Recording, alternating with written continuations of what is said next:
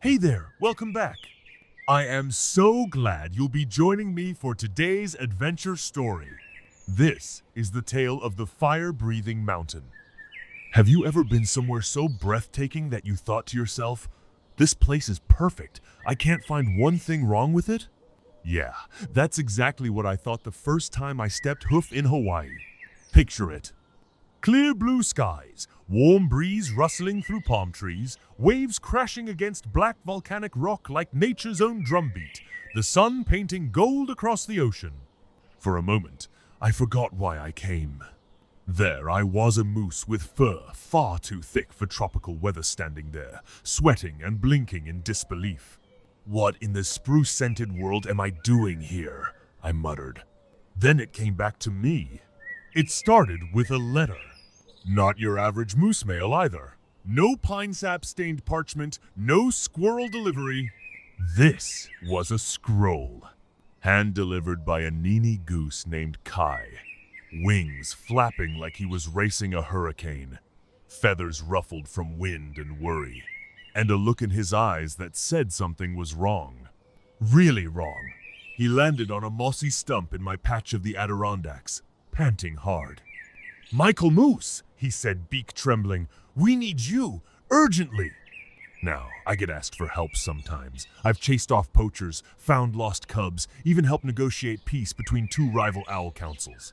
But this was different. The scroll was sealed in obsidian wax, stamped with a symbol I didn't recognize, a spiral with flames curling around it. I cracked it open. The message was short. The mountain is waking. The fire stirs before its time. Find the heart, the guardian of the crater. That was it. No map, no instructions, just a warning and a call. I didn't hesitate. Packed my things, mostly just my compass, a good walking stick, and Roscoe. He came whether I invited him or not. That's how I ended up on a cargo boat bound for the Pacific, sea spray in my fur. A nervous raccoon named Roscoe clinging to a shipping crate like a barnacle. "I don't like boats," Roscoe muttered. "You don't like forests, rivers, or caves either," I said, "but you still follow me into all of them." "Yeah, well," he grumbled, "someone's got to keep you from doing anything too heroic." The trip across the ocean was long. Roscoe was seasick for most of it. He tried using a leaf as a patch. Didn't work. Then he tried sitting completely still and staring at the horizon. Also didn't work. Eventually, he curled up in an empty pineapple crate and muttered something about selling his tail for dry ground. When the big island finally came into view, it looked like a dream. Lush green cliffs towered over deep blue water. Waterfalls tumbled from impossible heights, and above it all stood the volcano. Mauna Loa, proud, ancient. It didn't smoke or rumble. Not yet. But I could feel something in the air, like the calm before a thunderstorm. We landed just as the sun dipped behind the peak, casting gold and red across black rock. Everything smelled like salt, plumeria, and something else. Something deep. Like the earth itself was sweating. The locals greeted us with warm smiles, shell necklaces, and plates full of pineapple.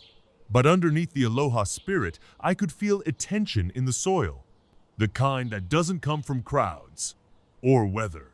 It comes from something waking up. That night, we met our guide, a mongoose named Maka. Lean, fast, fur the color of volcanic ash, eyes like molten gold. "You're taller than I expected," she said, circling me.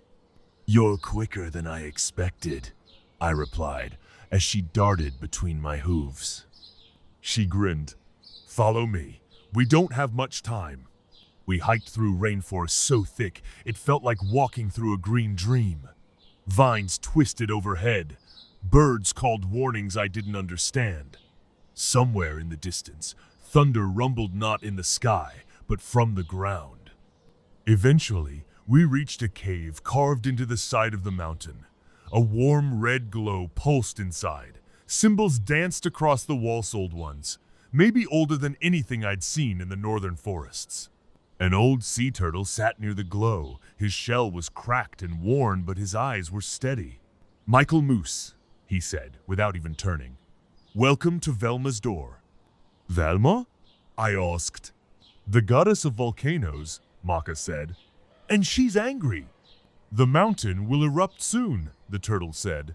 "But it's not just a natural thing. Something is stirring her too early. Something dark." Roscoe shifted nervously. "Dark-like. Shadows in the lake dark?" "Darker," the turtle said. "Ancient, a fire spirit long banished. Now it's whispering through cracks and crevices, feeding on heat and fear." I stepped forward. "What do you need me to do?" "You must go to the crater," the turtle said. "You must find the heart." The next morning, we began our climb. Lava fields stretched before us like frozen rivers of coal. Steam hissed from cracks. Birds flew in jittery patterns. The trees up here twisted in strange directions, like they remembered too much. We stopped at a village where goats had gone missing. Locals said they'd seen shadows walking on two legs. Maka and I tracked a trail up a ridge. There, we saw it. A creature made of smoke and ember. Tall, silent, watching the crater below. "That's no fire spirit," I whispered. "That's something worse." Roscoe gulped. "I was hoping you'd say a tourist in a Halloween costume." We pressed on. At night, the ground trembled. Not much. Just enough to remind us that time was running out. The volcano was restless, and so was the spirit. We met more island creatures along the way. A chameleon named Kaleo showed us a secret tunnel through the lava tubes. A wise owl named Nani had memorized the chants of the old firekeepers. Even a troop of singing frogs joined us for a while, teaching Roscoe an ancient chant of protection that somehow involved hula dancing. He wasn't thrilled, but we needed every edge we could get. The climb to the crater rim was steep. The air grew thin and hot. My hooves ached. Roscoe nearly fainted.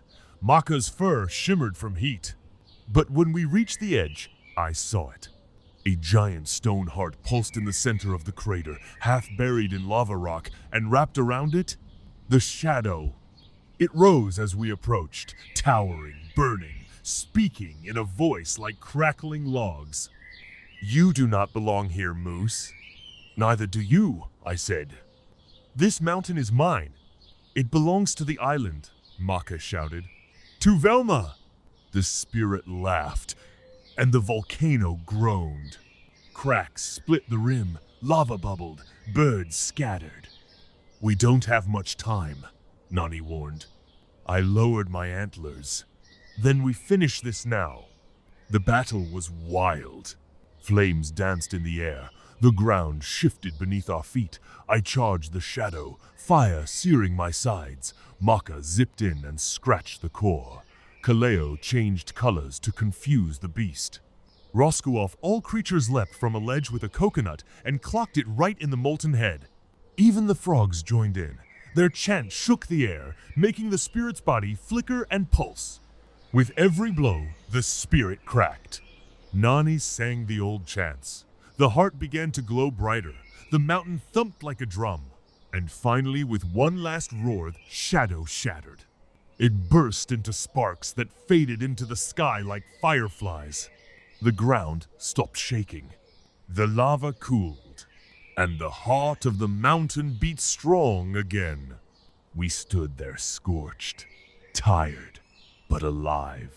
The crater quieted. Velma, it seemed, had been calmed. "You did it," the turtle said when we returned. "We all did," I said. Roscoe flopped onto the beach, groaning. "I'm never leaving New York again." Maka laughed. "Until the next letter shows up."